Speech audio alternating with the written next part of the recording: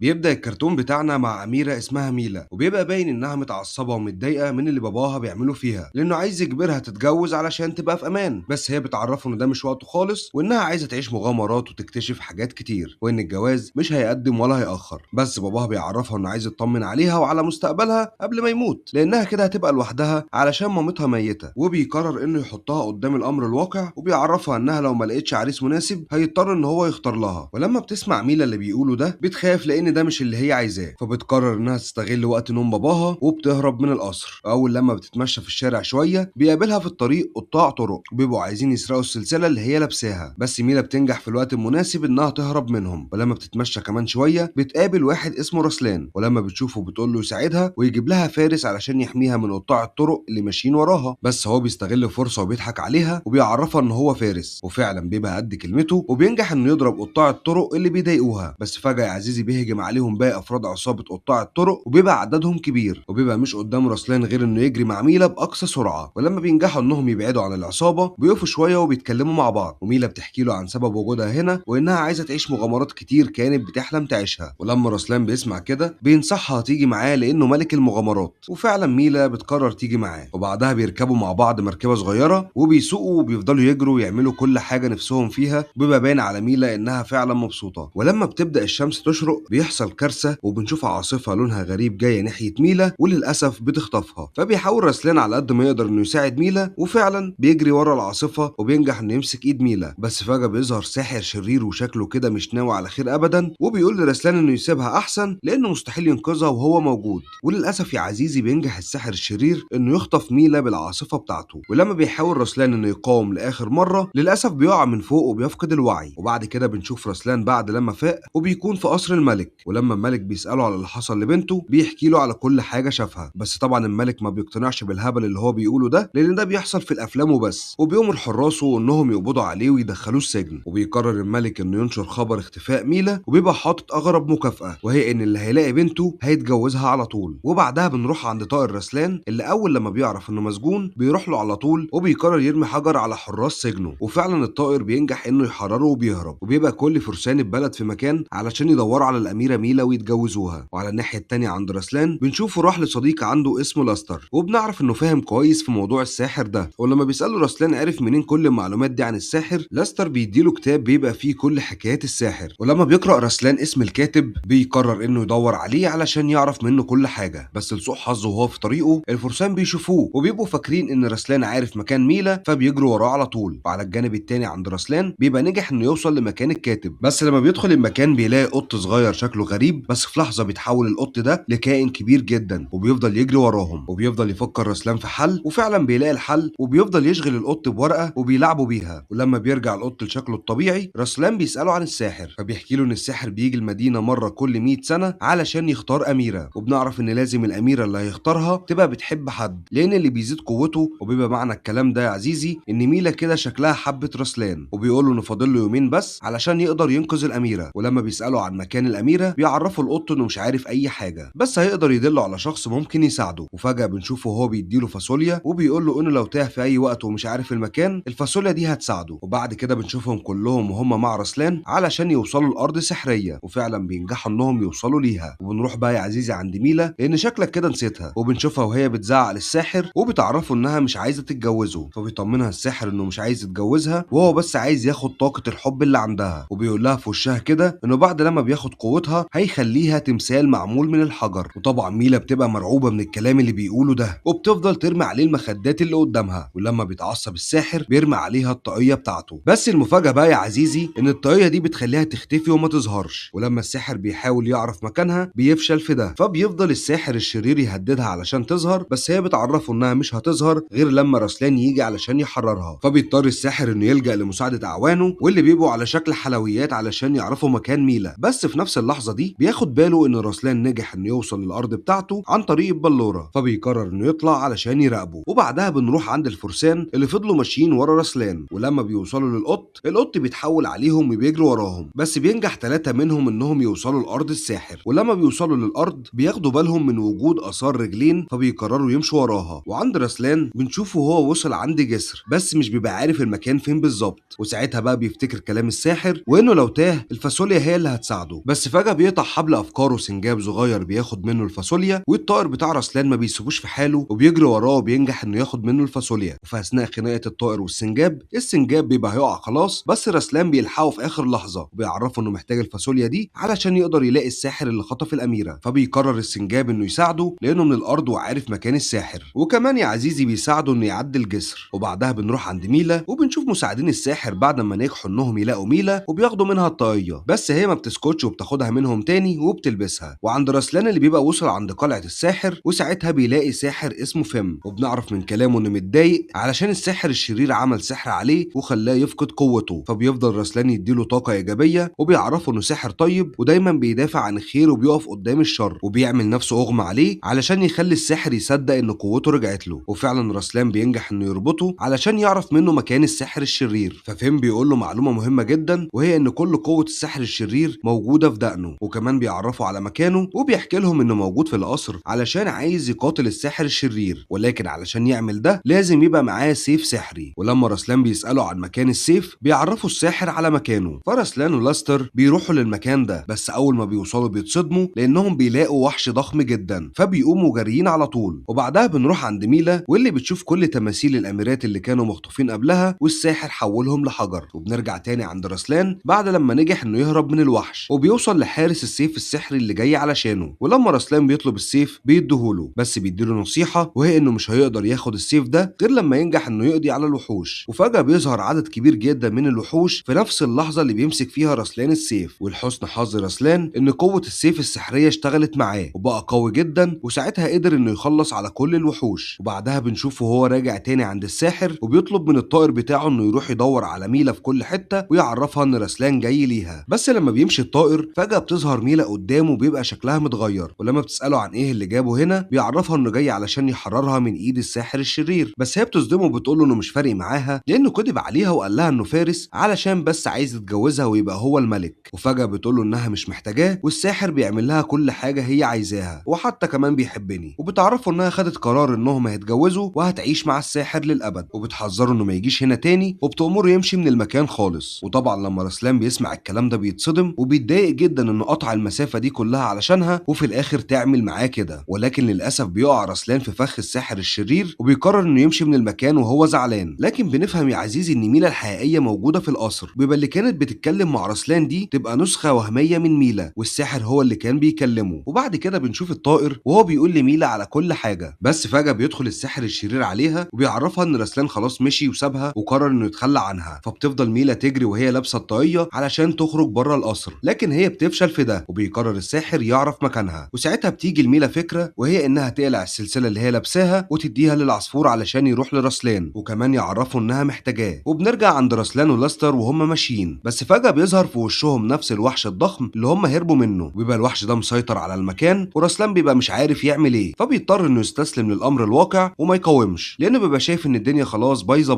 بس فجاه بيوصل العصفور في الوقت المناسب وبيروح عند رسلان وبيقوم يديله السلسله على طول. ورسلان اول لما بيشوف سلسله ميلا بيفهم اللي كانت بتكلمه دي مش ميلا الحقيقيه، وبيعرف ان الساحر كان عامل عليه خطه علشان يضحك عليه ويصدق ان ميلا بجد هتعيش معاه، لان هي لما كانت بتكلمه ما كانتش لابسه السلسله. وساعتها يا عزيزي بيرجع له القوه والامل من تاني انه يحرر ميلا وينقذها من الساحر. وبنشوفه وهو ماسك السيف وبيحارب الوحش وبينجح انه يخلص عليه عن طريق السيف السحري. ولما بيخلص عليه بيقول للاستر انه ما عندوش وقت يضيعه وانه لازم يروح لميلا في اسرع وقت لانها اكيد مستنياه يجي وينقذها. وبعد كده بنشوفه هو ولاستر راجعين تاني للساحر الشرير، ولما بيوصل عند الساحر بيعرف انه مهما عمل استحاله السحر بتاعه يأثر فيه لانه معاه السيف السحري والسيف ده بيحميه. فبيرد عليه الساحر وبيعرفه انه كلامه صح 100% لانه مش هو اللي هيحاربه. فجأة يا عزيزي بنشوف الساحر الشرير وهو بيتحول لتنين ضخم جدا بيطلع نار من بقه، والصدمه ان رسلان ما بيقدرش يدافع عن نفسه بالسيف السحري اللي معاه لان الساحر الشرير بيبقى اقوى منه بكتير. بس ساعتها بيفكر رسلان في كل الكلام اللي الساحر فيم قاله ليه عن الساحر الشرير وان نقطه ضعفه الوحيده هي دقنه، وبيقرر انه يخاطر بنفسه ويخلي التنين يمسكه ببقه. وفعلا لما بيطلع عنده بينجح انه يقطع دقن التنين، وبكده بيقدر انه يضعف مصدر القوه بتاعته. ولما بنشوف ان قوه الساحر بقت ضعيفه جدا بيبقى كل الاميرات اللي كان الساحر عامل لهم تماثيل رجعوا تاني للحياه. وكمان بنعرف ان الحلويات اللي كانوا بيساعدوا الساحر الشرير هم كمان كان عندهم تعويذه، وبفضل رسلان التعويذه بتتفك وبيرجعوا كلهم لاصلهم. ومن ضمن الناس اللي الساحر عامل عليهم التعويذه هو الساحر فيم. وبنشوف فيم بعد ما اخيرا رجع لطبيعته وللقوة بتاعته اللي الساحر الشرير سرقها منه. ولما كل حاجة بترجع لطبيعتها الساحر الشرير بيتكشف وبيبان انه في الاصل ضعيف جدا ومش عارف حتى يدافع عن نفسه. وساعتها رسلان بيستغل ان الساحر الشرير ضعيف فبيهدده انه هيخلص عليه لو ما فكش السحر اللي معمول على ميلا. بس الساحر الشرير بيديله الصدمة وهي انه خلاص فقد قوته ومش هيقدر انه يرجع ميلا لاصلها. ولما بيقرر رسلان يخاطر بنفسه علشان يحرر ميلا للاسف السحر بيسيبه هو. وساعتها بتتقلب الايه يا عزيزي وبتبقى ميلا هي اللي بتحاول تساعد رسلان. وفي ظل كل ده بيدخل واحد مستفز جدا وهو الفارس اللي عاوز يتجوز الاميره ميلا، وبيقرر انه يشد ميلا ناحيته علشان السحر يفضل في رسلان. فالاميره ميلا بتتعصب جدا من اللي عمله ده وبتقرر انها تضربه على وشه، وبتروح على طول عند رسلان علشان تطمن عليه، وبتبقى يا عيني مش عارفه هتساعده ازاي. بس لحسن حظها بيوصل الساحر فين في وقته علشان ينقذ الموقف، وفعلا بينجح فين انه يفك التعويذه من رسلان. وبنشوف رسلان بعد ما صحي وحس ان ساعتها جات له فرصه تانية علشان يقول لميلا على الحقيقه، وانه في الاصل مش فارس ولا حاجه، وانه بس كان عايز يقرب منها اكتر. فبتعرفه ميلا ان هي مش مهتمه بكل اللي بيقوله ده، وان اهم حاجه عندها انه رجع علشان ينقذها وما استسلمش وكمان حاول علشانها. وساعتها بيسالها هل هي موافقه انه يتجوزوا، فالاميره ميلا بتوافق اخيرا. وطبعا بعد كل ده بيعيشوا حياه سعيده جدا. وبكده بيخلص الكرتون بتاعنا. ما تنساش تعمل لايك واشتراك للقناه. سلام.